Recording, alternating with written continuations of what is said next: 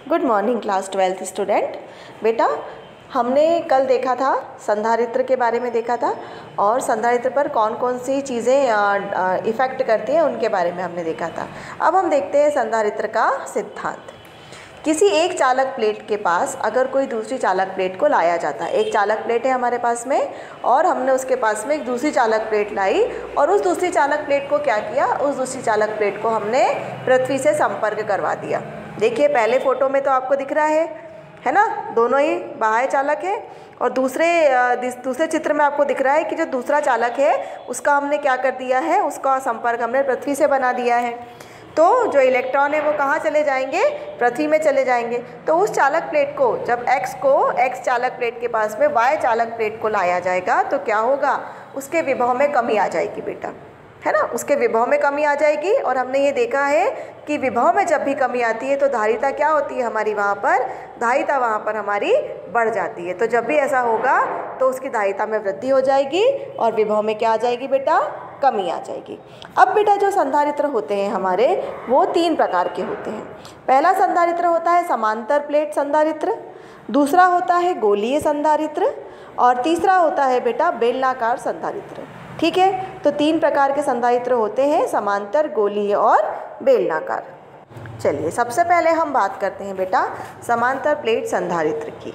ठीक है, एक ऐसी व्यवस्था जिसमें समान ज्यामिति व समान क्षेत्रफल के 2 वस्तु या 2 चालक की हम बात करें जिनका क्षेत्रफल भी समान होगा और ज्यामिति भी क्या होगी वहाँ पर समान होगी, की प्लेटें परस्पर अल्प दूरी पर, मतलब कुछ दूरी पर रखा गया उन्हें, अल्प दूरी पर परस्पर क्या हो, समांतर हो, तो उसे हम समांतर प्लेट संधारित्र कहते हैं। मतलब 2 चालक हमने ऐसे लिए हैं जो ज्यामिति में और क्षेत्रफल में एक समान है, उनको हम कुछ दूरी पर, अल्प दूरी पर एक दूसरे के समांतर रख देते हैं तो उसे हम क्या बोलते हैं, समांतर प्लेट संधारित्र वहाँ पर उन्हें हम बोलते हैं। देखिए 2 समांतर प्लेट संधारित्र हमने यहाँ पर लिए हैं हमने 2 समांतर प्लेट संधारित्र और एक को हमने पूरा क्या कर दिया है, धनात्मक चार्ज दे रखा है और एक को हमने ऋणात्मक चार्ज दे रखा है। ठीक है, ऋणात्मक आवेश दे रखा है और दूसरे को धनात्मक आवेश दे रखा है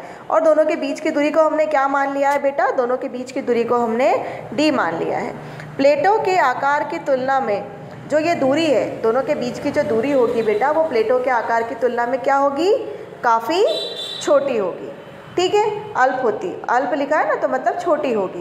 प्लेटों के मध्य विद्युत बल रेखाएं परस्पर समांतर होती हैं। जो प्लेटों के बीच में अगर विद्युत बल रेखाएं जो होती हैं बेटा वो एक दूसरे की क्या होती है, समांतर होती हैं। अर्थात विद्युत क्षेत्र की तीव्रता, जो विद्युत क्षेत्र की तीव्रता होगी वो भी क्या होगी बेटा, एक समान होगी, जिसका मान कितना होगा, E बराबर सिग्मा अपॉन एप्सिलॉन नॉट। इसको हमने क्या दे दिया बेटा, इक्वेशन नंबर 1, समीकरण नंबर 1 इसको हमने यहाँ पर दे दिया।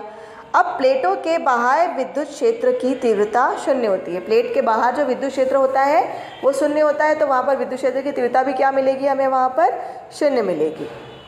यहाँ पर हमने प्लेटों के मध्य क्या माना है, प्लेटों के मध्य हमने निर्वात मान लिया है यहाँ पर। ठीक है, चूँकि सिग्मा किसके बराबर हो जाता है बेटा, Q अपॉन A के बराबर हो जाता है। ठीक है, तो इसीलिए अगर हम बात करें कि E की वैल्यू क्या हो जाएगी तो वहाँ पर हम सिग्मा की वैल्यू रख देते हैं तो वो हो जाएगा Q अपॉन में A एप्सिलॉन नॉट। इसको हमने दे दिया बेटा समीकरण नंबर 2। ठीक है, यदि प्लेटों के मध्य विभवांतर V हो तो अब हमने मान लिया कि दोनों जो प्लेट है उनके मध्य का विभवांतर कितना है, V है, तो E किसके बराबर हो जाएगा बेटा, V अपॉन में D के बराबर हो जाएगा। इसको दे दी हमने इक्वेशन नंबर 3। तो अब हम इक्वेशन नंबर 2 में E की जगह क्या रख सकते हैं, V अपॉन में D वहाँ पर रख सकते हैं। तो V अपॉन में D किसके बराबर हो जाएगा, वो हो जाएगा बराबर Q upon A into epsilon not के बराबर हो जाएगा।